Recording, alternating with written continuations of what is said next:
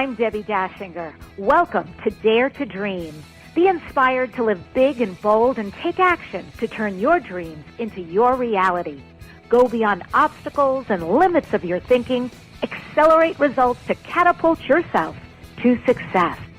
I'm a visibility expert who gives media makeovers to clients, booking them on media interviews and turning their books into international bestsellers with guaranteed results.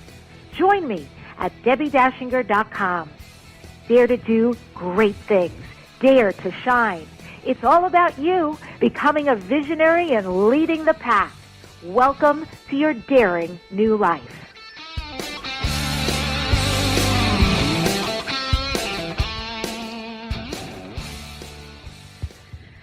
Welcome to Dare to Dream. I'm Debbi Dachinger. Pleasure to be here. And as always, I'm going to be introducing you and myself to somebody brand new. And that's what I love about doing this. I get to meet people who are part of my tribe out there in the world, doing the good work, the really amazing work, and having a voice for a piece of heaven here on earth. So this show, Dare to Dream, it was created for you, to inspire you to take steps towards your dreams and turn those goals into a reality. A little bit later on, today's show features Josh-Tickell, who is an award-winning film director and best-selling author. He directs his focus to societal issues at large, such as capitalism and climate change. Josh-Tickell will be on later on Dare to Dream. So a thought for today, a breath, and a thought for today is about diving deeper into the present moment. You know, today I'm bringing up the nature of the present moment. It's truly, we hear it said, it's all we have. Ain't it the truth?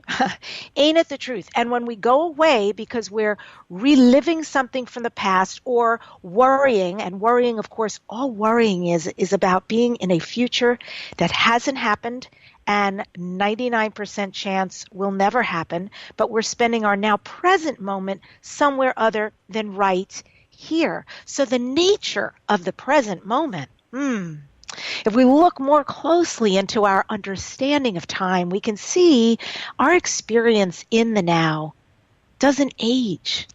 Whatever we experience in the present, that experience itself cannot get older and is not part of the passage of time. Time is a mental concept, not an actual experience. They say time is an illusion. All experience happens in ever-present awareness. Today, each of us, we can all right now make a choice, a new choice. Today we can choose to build. Today we can choose to shift our awareness to the present. So life flows effortlessly. And the idea and the thought that I offer you for today is being in the flow is effortless. Henry David Thoreau said, "You must live in the present. Launch yourself on every wave. Find your eternity in each moment." Josh-Tickell, who will be on later, is an American film director who specializes in movies with a social message. His first feature film, Fuel, won the Sundance Audience Award for Best Documentary. He's been a global sensation, gaining over 1 million viewers on Netflix, iTunes, Hulu, and CNBC. Well, when we come back, Josh-Tickell is here talking about kissing the ground and solutions for a new planet. Stay right there. We'll be right back.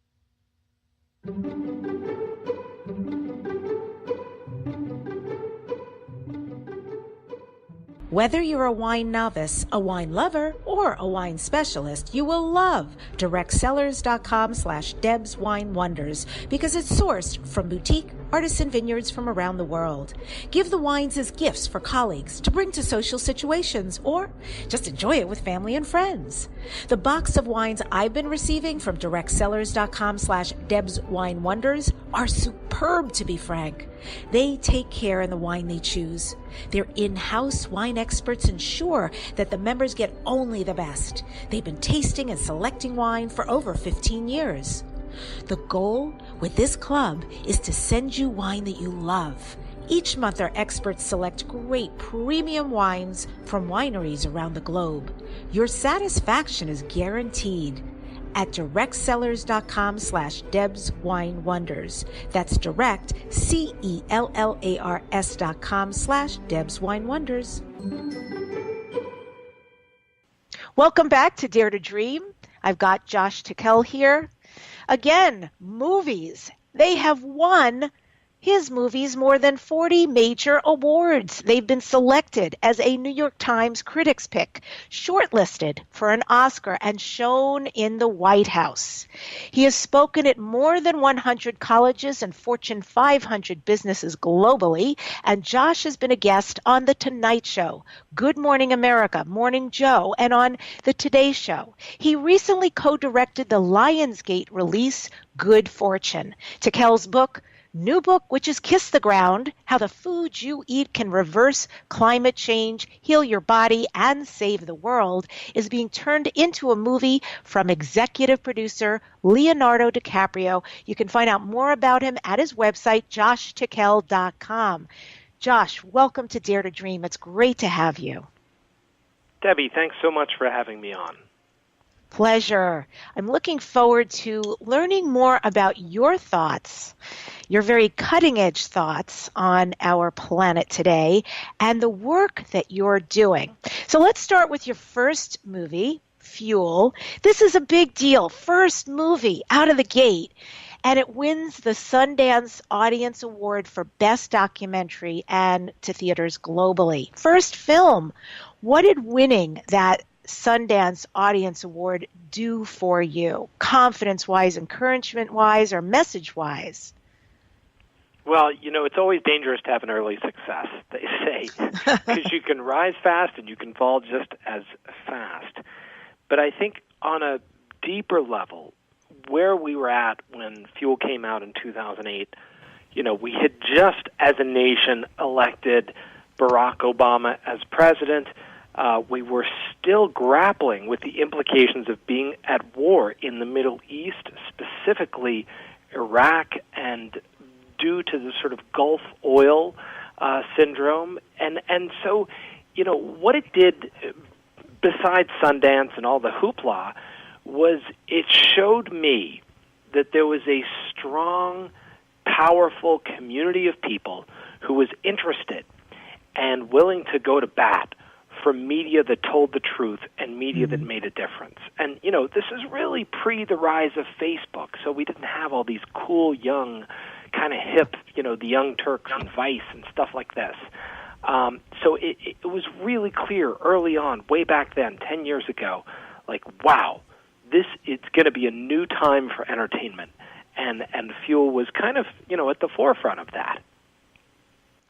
And how did it bode for you, thinking about doing more films, connecting more with your audience and what you had to say? Did it really help you get back out there, or were there things you had to consider for the next one? There were. I keep trying to quit writing books and making movies, and I keep trying to go back to farming because that's what I've always loved doing that, and that's, a very spiritual and peaceful place. But honestly, for me, the issue of social change is not a one and done thing. I'm in this for the long haul. I see the issues that I tackle and that Rebecca, my wife, we tackle together in these films, these books.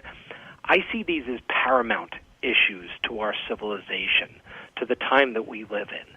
So whether it's energy or whether it's oil or politics or global warming, I don't want to talk about, the price of a latte. I'm interested in how are we dealing with the planet and how are we going to survive and thrive as a species. And so, Fuel's early success showed me that at least there was a group of people that would resonate. If I kept making this information, people would keep consuming it. Wow. And how powerful that really your love is of farming, and yet you're showing up really for all of us. You have a calling, obviously, and feel some responsibility, but in the end, to say how we will thrive and survive as a species. I mean, this is very important conversation.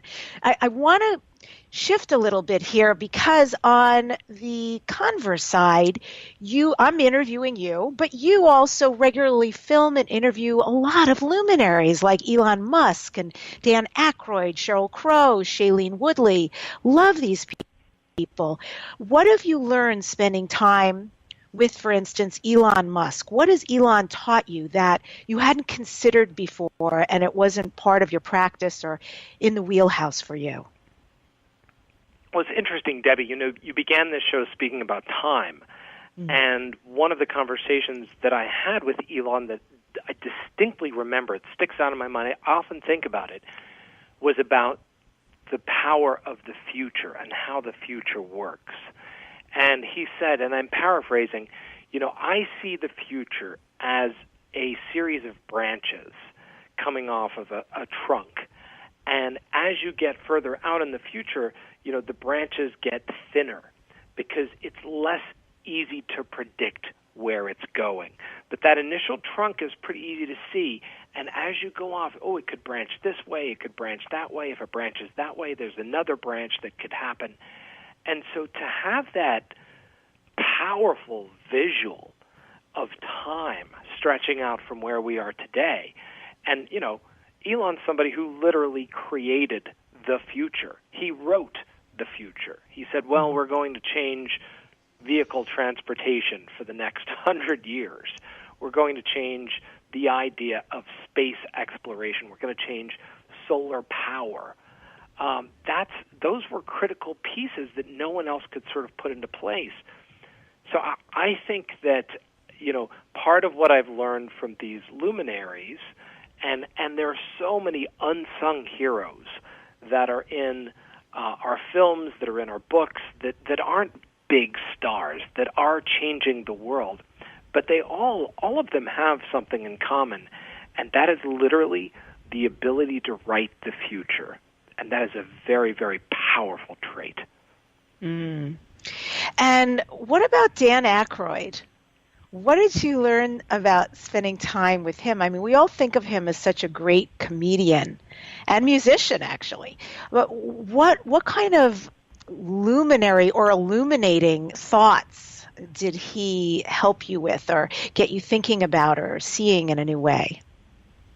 You know what I like about Dan, and I think this is what I took away from my time with him, he's bold, and he doesn't take life too seriously. Like, he's super bold. The way he speaks, his demeanor is unapologetically him. And so, the lessons I take away from that are be bold, and at the end of the day, we're all human. Don't get too mired in the small stuff. Don't get depressed. Don't take it all seriously. Mm-hmm. So let's explore this, and I love that idea. Be bold. Don't take things too seriously. That would be great for all of us, really. Show up, do our good work, and have a lightness of being would be nice, so we can have some fun as well. And this is sort of a heavy transition subject when I'm talking about fun, but I'd really like to talk about exploring big ideas bringing a supportable future for life on Earth. Are there ways that you know of, are there big ideas that you're quite sure will and can sustain life? Yes, absolutely. And I want to preface this by saying we live in we almost live in a dystopian time. Our view of the world is so cynical. As a country, and I'm not talking about the viewers of this show. You're an enlightened host. You have wonderful listeners and viewers, I'm sure. But if you look out at politics and you look out at news and you look out at the world and where things are going, it's so easy to sort of look into the darkness. And if you look at the millennial goals, the 10 goals outlined by the United Nations, each of the goals relates to some massive cataclysmic type problem that we are seeing as a species. So whether it's desertification or hunger, education, women's rights, all of these things. And you think, God, this is an insurmountable set of challenges. The 6th major species extinction, climate change, global warming, carbon dioxide levels growing exponentially, human population. It all seems completely like a wall of epic proportions. But, there's an old saying, how do you eat an elephant? Right, one bite at a time. One bite at a time, right? And so you see a lot of wonderful, powerful people going, these are just big challenges. They're not insurmountable. And the scale of the problems has to be addressed with the scale of solutions. And I think we mentioned Elon Musk. That's what Musk did. He said, let's stop trying to solve this big problem with tiny little solutions. Let's go ahead and solve it with big solutions. So Kiss the Ground, the new book that I have, which is turning into a documentary, that is a big solution to a big problem. Climate change is the problem. The big solution is let's suck all of the CO2 out of the atmosphere and do it all together. Like, let's not worry about incremental change. Let's do a global change so that we literally reverse global warming. That's the upshot of that project. What kind of movie is Kiss the Ground going to be?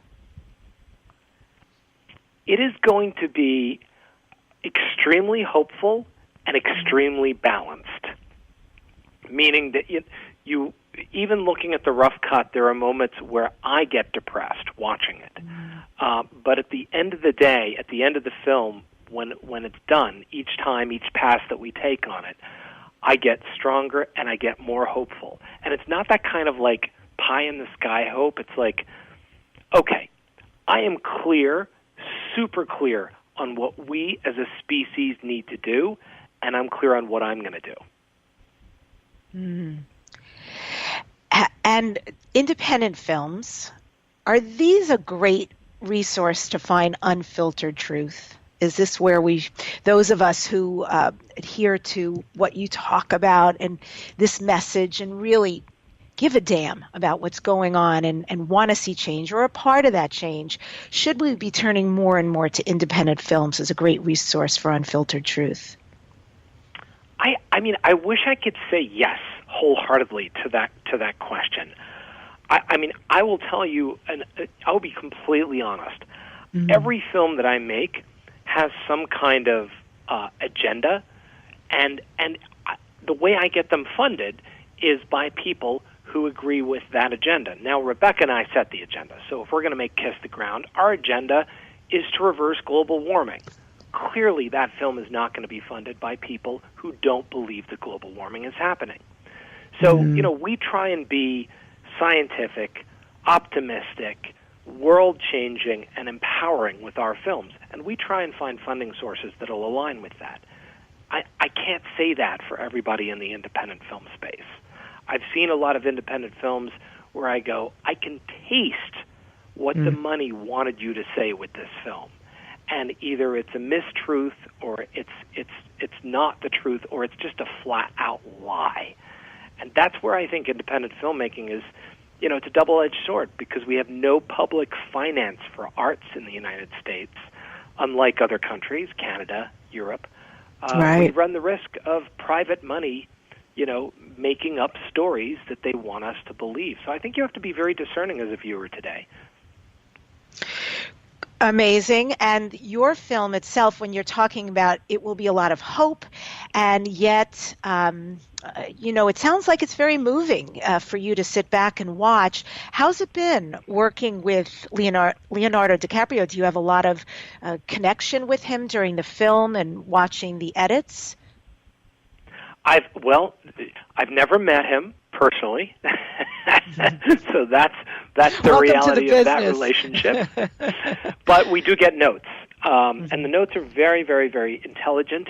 They're sophisticated and very helpful, as a matter of fact. So I look forward to meeting him one day, and it's surprising when you get to work with these big powerhouses. You get to know them through their teams. He has an exceptional team. He's got the former director of the EPA of California, Terry Terry runs his foundation. I mean, this guy, not only is he super brilliant, he is a super qualified environmental policy warrior, of decades. That's the kind of person that Leonardo DiCaprio has running his foundation. So, he chooses these athletes of, massive, basically environment and the film industry, people who are just athletic in their ability. And that says a lot about him, I think. Yeah, and I love how involved he is. And he doesn't use his name in a big way out here letting us know what he's doing, but I've heard this many times before about him. So it's great. Another voice here for all of us to thrive and survive, as you said, as a species. Well, we're going to take a quick break. You're listening to Dare to Dream Radio. When we come back, we'll be speaking with josh-tickell about engaging the millennial generation. I cannot wait to hear more about this. Join me after the show on Facebook at Dare to Dream Radio and TV. Stay right there. We'll be right back. MediaMasteryRadio.com. Learn how to get booked on radio, be paid in money, time, and sales quickly while helping others through your media visibility. At MediaMasteryRadio.com, learn how to get on radio and be interviewed. Debbi Dachinger is a success and media expert who is a proven professional. Go to MediaMasteryRadio.com. Stop struggling to acquire clients. Learn to achieve instant visibility to the masses. Book radio interviews for a profitable business. Learn to communicate what you do and get results at MediaMasteryRadio.com. MyBestsellerBook.com helps you self-publish and you keep all the royalties. Even if your book is already published, MyBestseller.com will help you become a best-selling author. Your book will be promoted to a large global following. Enjoy a press release and book review. Make your next book launch bigger and better. MyBestsellerBook.com has long-term client credibility and 100% success in turning books into bestsellers. MyBestsellerBook.com. Welcome back to Dare to Dream. I'm interviewing josh-tickell. You can find him at josh-tickell.com. Josh, you are an award-winning keynote speaker on millennials. Fascinating. Generation Y. As a strategist, how can we start to engage the millennial generation? What are your thoughts on that? Well, Kiss the Ground is the current book that I have out. The one that is coming out right before the midterm elections this year is called The Revolution Generation. And the working subtitle is The War Against Millennials and How the Biggest Youth Culture is Disrupting Everything. And so, I think the number one thing around today's youth generation, the number one mistake people make, and this is the vast majority of what is written, this is the vast majority of what is put online, is trying to sell them stuff. That is the number one goal of 90-something% of all conversations about the millennial generation, and Gen X and Gen Z as well, all of them. And so you've got this massive marketing industry that has been built up over time ever since World War II, has been extremely focused on youth culture. And today the advertising and the marketing and the sort of the demographics to understand what every human being is doing in the youth space and to be able to sell them stuff before they even know that they want it. It's really disgusting. It's reached a proportion of any parent should be disgusted, and most young people are disgusted with that, while they are also disenfranchised with the economy, which has largely shunned them, and the political sphere, which is largely set up against them. 2 out of 3 millennials in the U.S.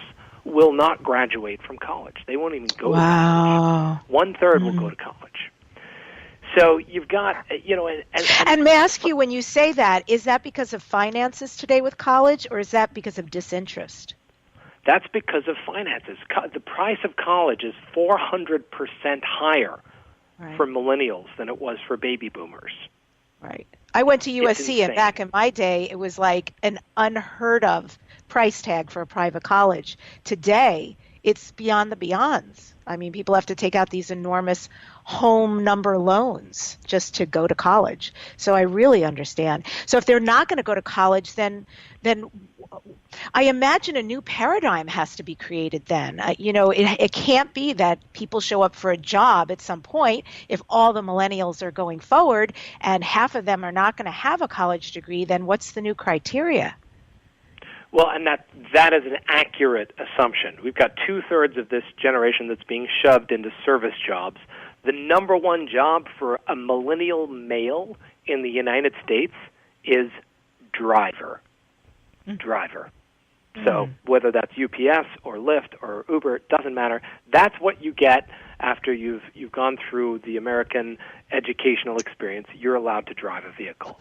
Wow. So you can't expect 60 million people, the majority of this generation, to make minimum wage when minimum wage is the lowest it's been in 50 years in real dollar terms. Right. That's why we are seeing the absolute disruption of the political spectrum. That's why we're seeing cryptocurrency, which is about to disrupt the U.S. economy. We are on the precipice of radical and sweeping change, and it will be fueled by the youth generation.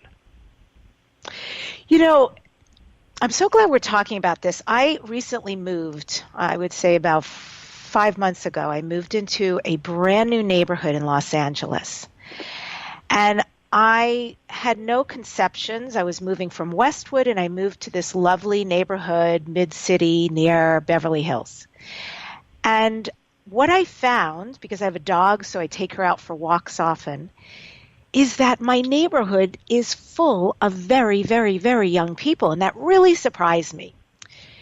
So all these 20-somethings, and what I found is that they were incredibly engaging, much more than any other generation, that they would stop. They didn't care that I was older than them.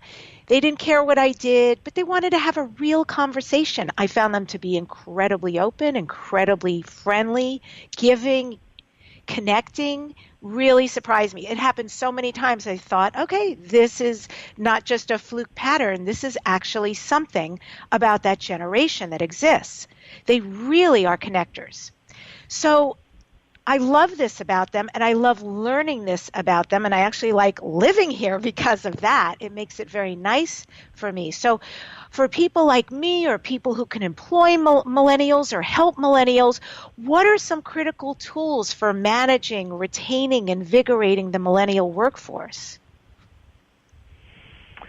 The most critical tool is to understand the education that they have had and the education that they haven't had by no fault of their own.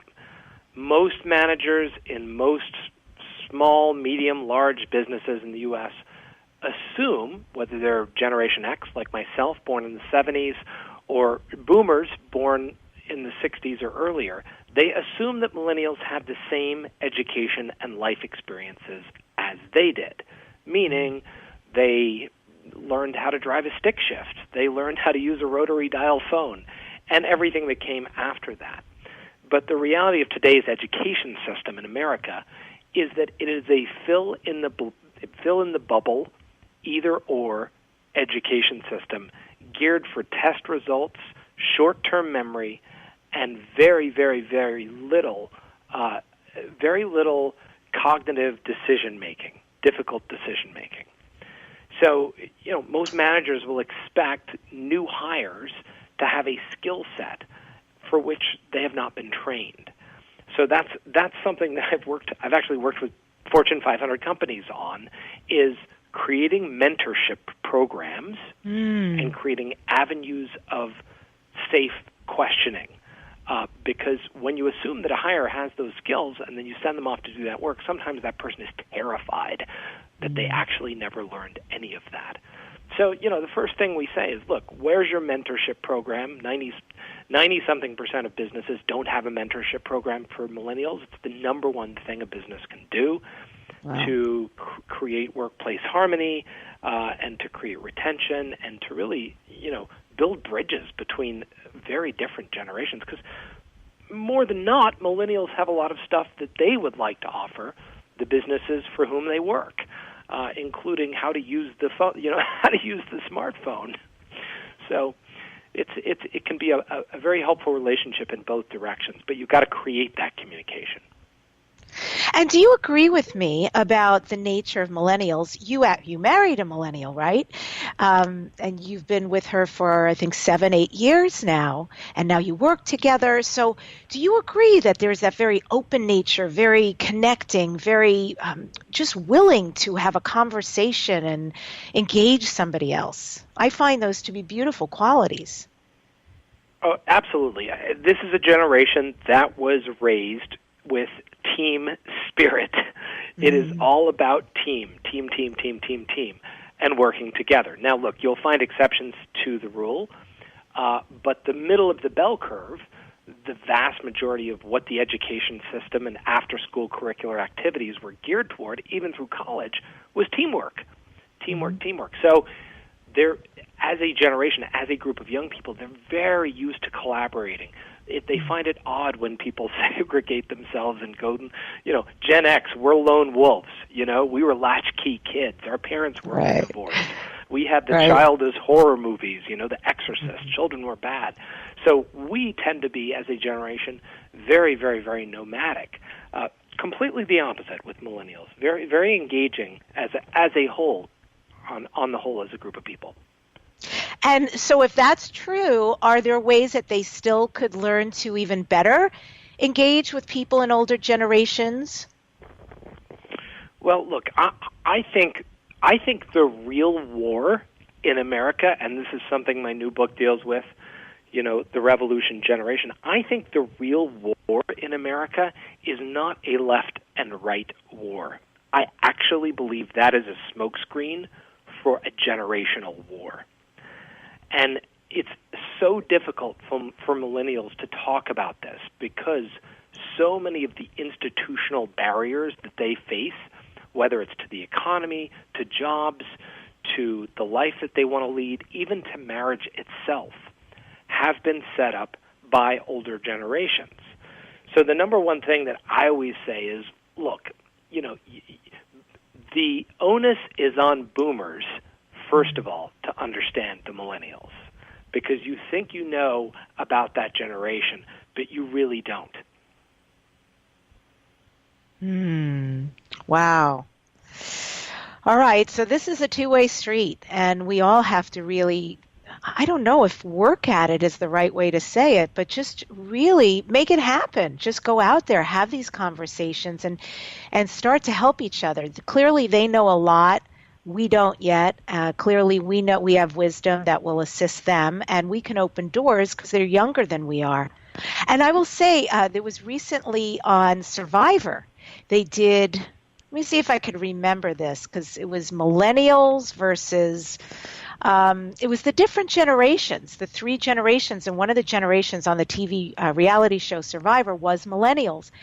And I was fascinated by the experiment and watching how they got along, how they worked together, how they teamed up, how they won things, what they cared about, didn't care about, incredibly different than us. And they had older people actually on their team. And this experiment was so fascinating to see how they could connect. Oh, I remember the work ethic was such a big deal for the older generation. They couldn't understand how the millennials would sit around. But the millennials had a real brand of genius that was indigenous just to them. And the older generation couldn't get it. So it was really, I loved the show, and I loved watching how everything unfolded and the differences, and it wasn't right, wrong, good, bad. It was just different, a different way of doing and being. I don't know if you caught the show, but you would have loved it. Yeah, I'm very familiar with it, and it's this experiment's been done a number of times. You put a group of boomers or Gen Xers in a room, and they immediately and give them a task, and they immediately organize around hierarchy. They vie for the alpha positions. Once that's settled, then they get to work based on basically bludgeoning each other into a sort of triangular shape. Whereas the millennials get together and they kind of form this circle, and immediately it's the group. Right. It's so different. It's incredible to watch. Yes, well said. Well, succinctly encapsulated there. So if you haven't seen it, you could always look up some replays just to see that dynamic. I think it was fascinating. We're going to take a quick break. When we come back, I'll be talking to Josh more about him personally, as well as a very interesting quote he made that we'll get the meaning of. And stay right there. We'll be right back.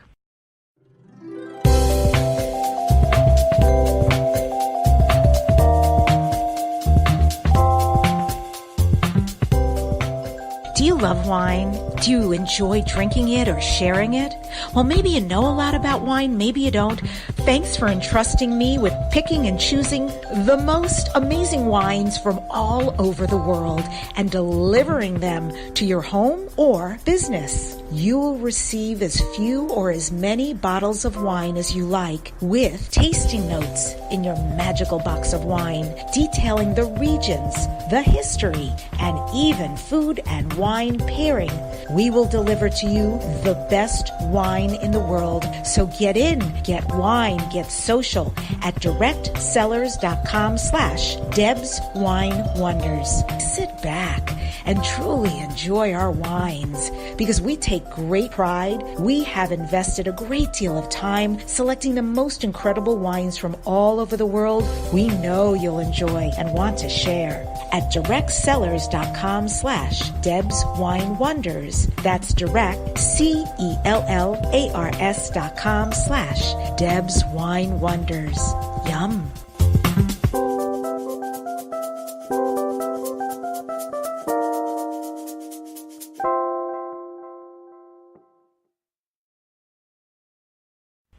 If you're tuning in after we've started, this is Debbi Dachinger on Dare to Dream Radio. I'm interviewing josh-tickell. Again, you can find him at josh-tickell, TICKELL.com. Josh, I'm curious, what have you learned about, this is Dare to Dream, so I'm going to go a little more into the personal. Anything you've learned about moving forward in your life after setbacks? Wow, great question. After setbacks. I have with my wife, we have 2 small children. So the setbacks are daily, from being up all night with a teething baby to somebody's back goes out. Life, you think setbacks are these huge things that, these massive failures, and sometimes they are. But sometimes it's the day-to-day failures that are also extremely important to bounce back from. And for me personally, failure is always a reckoning. It's always a moment to learn.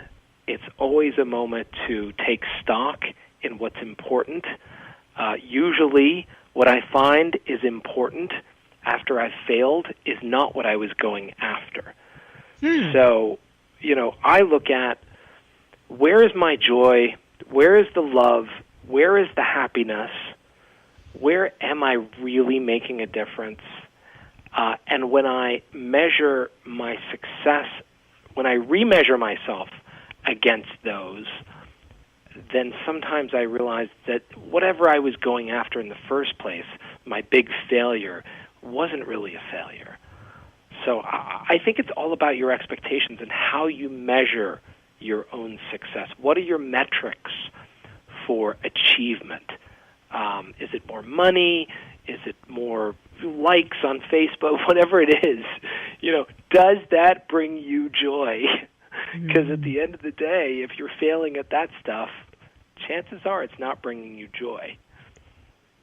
So then I have a question for you. It's a very personal question, but I'm hearkening back to something you said earlier because you were talking about your real joy, your real love is farming, and you're, interestingly enough, finding yourself in probably a very enviable position where you're really out in front of people. You're speaking on stages, you're on very major TV shows, being interviewed, you've got these award-winning movies that you're making. How do you find then the joy? Does that sometimes feel like a setback to you, or how do you find the complement or the balance there? You know, I balance what is, you know, there's the long term and there's the short term. In the short term, I am super committed to these important pieces of what I see as a larger puzzle for our generations, for this time in history.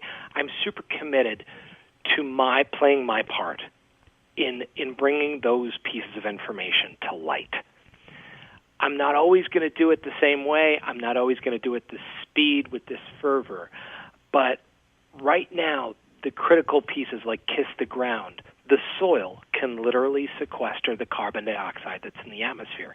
That's a critical piece of information for this time, for our civilization. If that piece of information makes it out, and it makes it out in an impactful way, we will literally change the course of human civilization.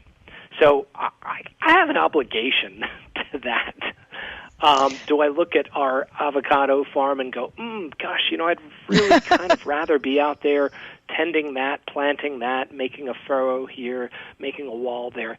Yeah, I do, and I'll get to that. But it's kind of like I'm farming on a global level.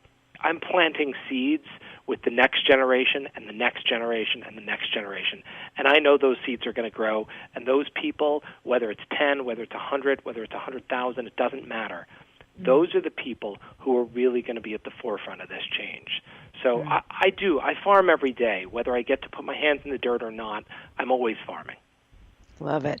Who's been your greatest inspiration? Who's really influenced you or mentored you into a new way of being? You know, I have a lot of great mentors and teachers, some of whom are completely unknown.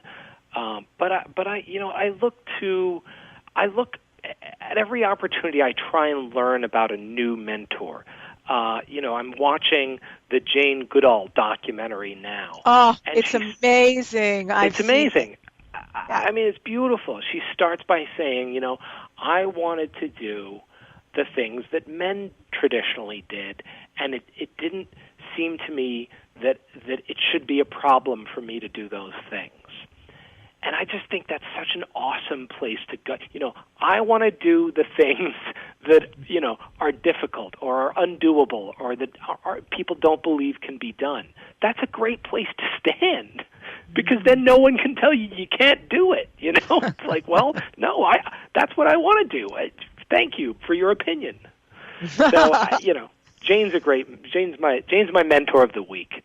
I so get that. Yeah, I was very blown away in the beginning of the movie where she talked about, as a child, remember that dream she talks about, growing up and just seeing herself being surrounded by animals, and that's all she felt drawn to. And then she gets this job that she's a secretary, and she's doing what women did in her day, and it's amazing that this should come to her because she's Switzerland, basically. She's so neutral, they think she'll be able to bring back the data.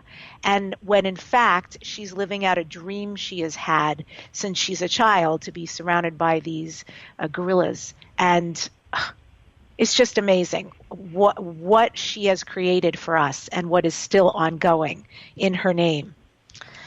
So if you haven't had a chance, folks, go check out Jane. It really is beautiful. And I get why she would be a mentor for you, why somebody really, and living like that too. That was such a big deal to live out in the wild. There was very little for her, the tent, the food, that was it. But incredible to live like that. And, you have a quote that I was very curious about, Josh, and that quote is, You can't disassemble a bomb unless you understand how it was built. What did you mean by that?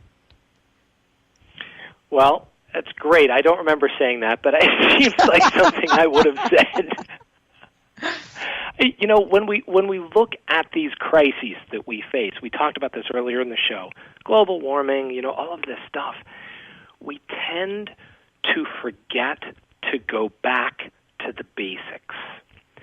And this is what I speak to young people. A lot of young people come up to me and they go, oh, I want to change the world. I want to be a coder. I want to learn to code. You know, I want to build things, apps and the internet. And I go, why? And they, you know, they always have their reasons. But underneath all of that is a strong desire to make a difference, to make something. And I go, why don't you learn to code with nature? You know, biology is the science that is going to save our species because it is the ignored arm of science, and it is the only way that we're going to balance the climate, that we're going to deal with the water crisis, that we're going to be able to feed 10 billion people, is to understand Mother Nature better. And that's what I mean by disassembling something before you go after it, before you try and neutralize something. You have to go back to the fundamental pieces. And we forget that a lot. We go after these big problems and we forget, wow, if we just look at the elemental equation, how do we get to this point? You can build a solution from there very quickly. Well, with solutions, I know one of them that you talk about in your books is about food. How can food transform our life? How can food impact the world? Well, Kiss the Ground, the book, the movie that's coming out, but especially the book. We emphasize food a lot more in the book than in the film.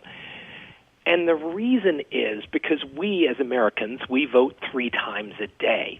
We vote every time we eat. We vote for an agricultural system.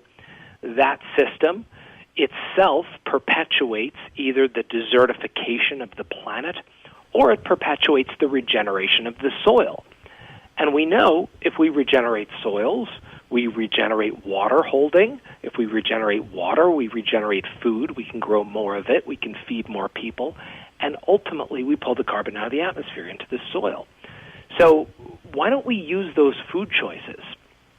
And it turns out that regenerative food, which we talk about in Kiss the Ground, which is food that is grown in a way that regenerates soil, is actually more nutritious.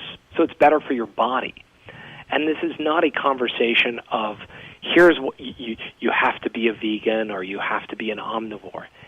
Any dietary restrictions or choices that you make going into this, you can keep. The only ones that you have to get rid of are the foods that are really bad for you and really bad for the planet. Okay, I have so many thoughts listening to you, so I'm just going to hold them for our next segment because you bring up so many great points. This is really a salient conversation, and I thank you for it. I thank you for going there.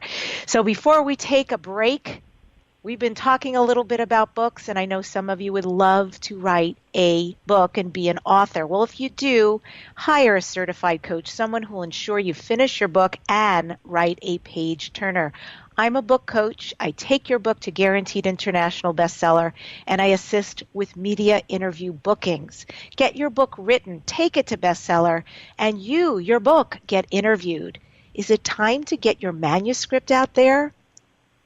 Just email bestseller@debbidachinger.com to get started. Stay right there. We'll be right back. What books are you reading? Are you ready for a must-read? Winner of the Inspirational Book of the Year Award and international bestsellers, Dare to Dream, This Life Counts by Debbi Dachinger, as well as the acclaimed Wisdom to Success, The Surefire Secrets to Accomplish All Your Dreams. Buy the books from Amazon today. U.S. Book Review and Writer's Digest said these are critics' picks. By Debbi Dachinger, Dare to Dream and Wisdom to Success contain gems to live your life by. MediaMasteryRadio.com. Learn how to get booked on radio, be paid in money, time, and sales quickly while helping others through your media visibility. At MediaMasteryRadio.com, learn how to get on radio and be interviewed. Debbi Dachinger is a success and media expert who is a proven professional. Go to MediaMasteryRadio.com. Stop struggling to acquire clients. Learn to achieve instant visibility to the masses. Book radio interviews for a profitable business. Learn to communicate what you do and get results at MediaMasteryRadio.com. MyBestsellerBook.com helps you self-publish and you keep all the royalties. Even if your book is already published, MyBestseller.com will help you become a best-selling author. Your book will be promoted to a large global following. Enjoy a press release and book review. Make your next book launch bigger and better. MyBestsellerBook.com has long-term client credibility and 100% success in turning books into bestsellers. MyBestsellerBook.com. Welcome back. Debbi Dachinger. I'm speaking with Josh-Tickell, who's an award-winning film director and best-selling author. Josh's films and books focus on critical issues, including the need for alternative energy, reversing climate change, and the power of millennials to change the world. You can find him at josh-tickell.com. You know, something you talk about, Josh, that I'm curious about is how we can build a sustainable business. Can you talk about what elements are needed for our businesses to go workable and maintainable? Sure. We tend to think of business as a very linear thing. Most businesses are somewhere in the curve of extraction of resources, creation of a thing, and then consumption of those things. So it's a straight line, from Mama Earth to the garbage dump. That's what most businesses engaged with. Of course, there is a service industry that just provides services, but ultimately those services are serving people who are engaged in the linear consumption of stuff. So to make business sustainable, which is really what the conversation was about in the 60s and 70s, you have to close the loop. You have to recycle. You have to bring your water back. You have to clean all of that stuff up and make sure you're not creating waste or creating as close to zero waste as possible. The new concept, and this is a radical diversion, this is very disruptive thinking, but this is where we are going as a civilization. And this really came out of our work on Kiss the Ground, the book, is regenerative businesses. What if your business didn't just sustain itself and the environment? What if it didn't just consume quantities and then recycle them? What if it actually left the earth better than when it started? And that's the primary directive of the regenerative business model. Can you improve an area? Can you improve an ecosystem? Can you improve habitat? Can you improve the number of species via your business activities? And that includes human habitat and human well-being as well. So that's the ultimate, and I think that's the new era that we're entering into as we reach up to 10 billion people on this planet, is how do we got to do better than sustain. We got to regenerate. A regenerative business that leaves the earth better than when the business started. What can our businesses improve? I'm curious if you have an example of that you can share. Well, let's look at plastics.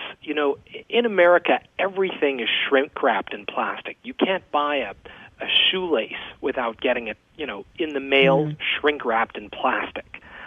And that's insane, because all of that plastic comes from petroleum, and never mind the greenhouse gas implications. It has to be extracted from the earth. So that is the traditional model of ultimate, narcissism. We think we're so important as human beings that we're just going to destroy everything so that we can get shoelaces wrapped in plastic. That's truly crazy.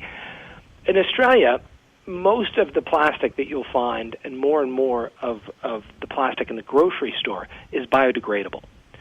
So it's made by 100% biodegradable products. More and more they're looking at sustainable, and they're going toward regenerative crops to grow that biodegradable plastic. So here's a cycle. The crop is making the soil better. the process to make the plastic is relatively benign. You create a product that then biodegrades and improves whatever microbes it gets eaten by. The whole cycle made the earth better than the degraded earth that it was grown on, which was degraded from man's use. So that's an example of how a crazy business can be turned into a regenerative business. Interesting. And is there anybody on the forefront doing this? Many people. Okay. And is your film going to... We could go on for hours. Right. We could go yeah. on. Yeah. And your film, will it talk about, because is that part of the hope of the film that you're working on, that we can learn more about businesses like that? In Kiss the Ground, the movie, we get to the point of, here's how we reverse global warming. That's the thrust of that film.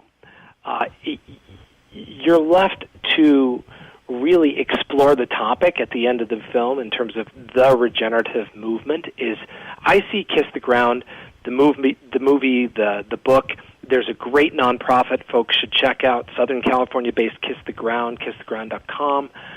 All of it, we are just working on the first layer of the regenerative conversation. There are so many layers beyond that in terms of business, enterprise, reorganization of politics, the economy.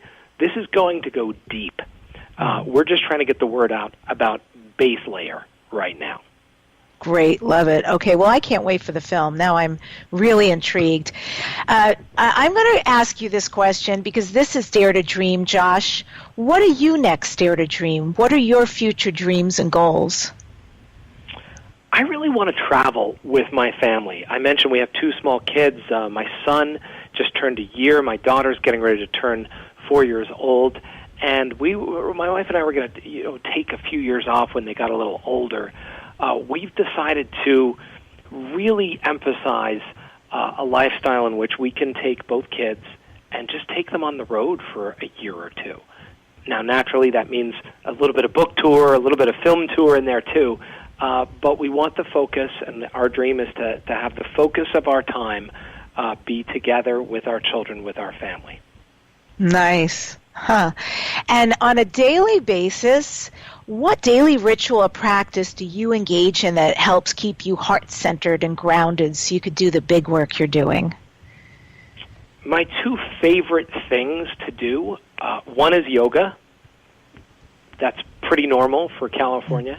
A little woo-woo for people who may not be in California, but I've been practicing yoga on and off for 20 years, and I've worked with many teachers, and I find it to be an incredible, grounding, heart-opening practice. And the second thing I do is I run off in the wilderness. I run on these trails that are miles and miles and miles away from civilization, and I really, personally, I find that nature speaks to me.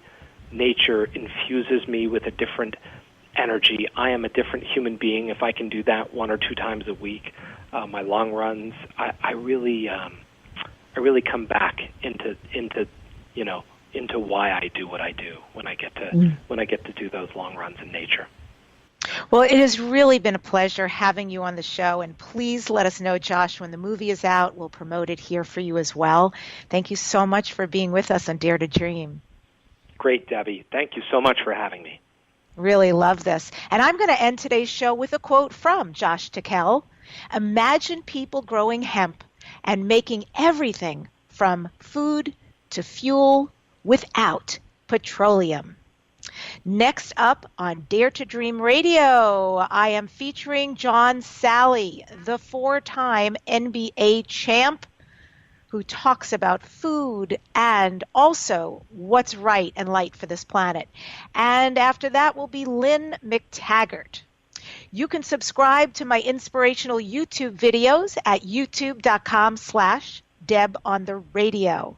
Thank you so much for joining me today on Dare to Dream. And remember, the secret of success is having the courage to begin in the first place.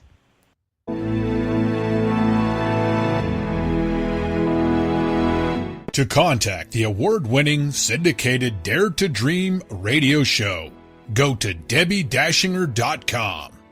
Keep your excellent feedback and comments coming. Your host, Debbi Dachinger, is an expert at goal achievement, a media personality, an international best-selling author, and a keynote speaker.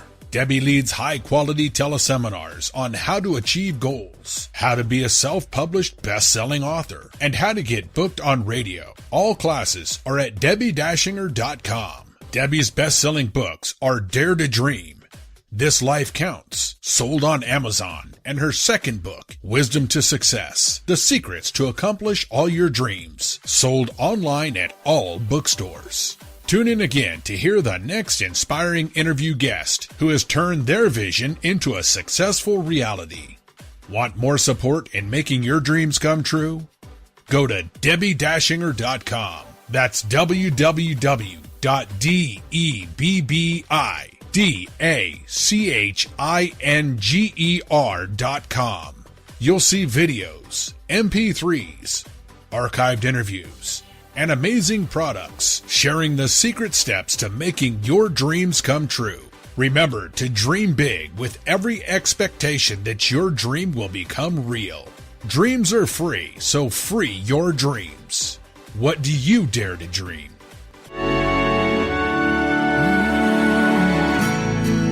Here I'm standing now, waiting for my time to be all that I can be.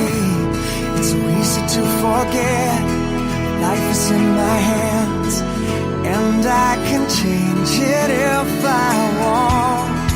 Nothing's impossible.